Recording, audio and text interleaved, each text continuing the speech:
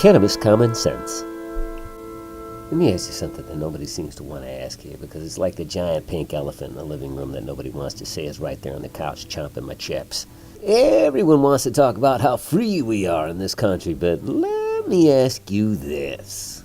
Am I a free citizen of my own will, with full ownership of my own meat and bones, my own body, mind, and my own soul? Or am I livestock, of which the federal government holds legal title over all that is me and mine, up to and including my body, mind, soul, blood, meat, and bones? Because the last I recall, only livestock gets regulated as to what foods it can and cannot consume, based on federal dietary and nutritional guidelines that the government deems appropriate for the raising of livestock for consumption.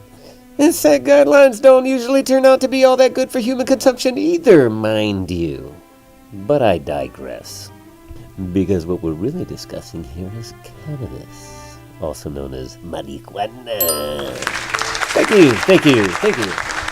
Firstly, I have to say that I was originally not in favor of medical marijuana, because to me, it's just a chicken shit approach to dealing with the man when you're pulling that, "Hey, but you know, man, we're doing it for medicinal purposes." Yeah, man. Bull. It just makes cannabis consumers look sneaky and shiftless. That was just my opinion before I got diagnosed with multiple sclerosis and found out that there really is a medicinal purpose for marijuana. But that's a whole other YouTube yakety yak video altogether. Because regardless of whether you're on the medicinal or the recreational side of the marijuana fence, the political heart of this issue, cannabis or marijuana, or as everybody else I know likes to call it, weed, is a property rights issue. Thank you.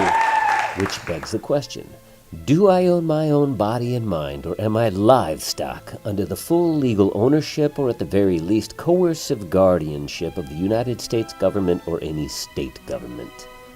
Now, I'm not trying to be a total dick here, but a little bit. So please, don't get me into that, well, I say, young man, what about the children? Don't get me into that bullshit, huh? Because that's a parenting issue, which is a subject for a completely different YouTube blabbity blurb altogether. But do you really think that heroin or cocaine, or I don't know what kind of weird you're into, but do you think it's illegal because the government gives a about you? Where do these dirty old men get off thinking that they can tell me what I can and can't put in my own body, huh? So it's completely kosher to commit a slow sugar and cigarette suicide, but I can't smoke a doobie? Long after all of us are dead and gone, there will be people who are gonna want to get high on substances forbidden to them by politicians. And as long as they're forbidden to getting high by politicians, the police will always be the last to know. Prohibition spawns gangsters, because by creating a black market for something that people want anyway, it simply becomes an upward mobility vehicle in a cruel, cruel world.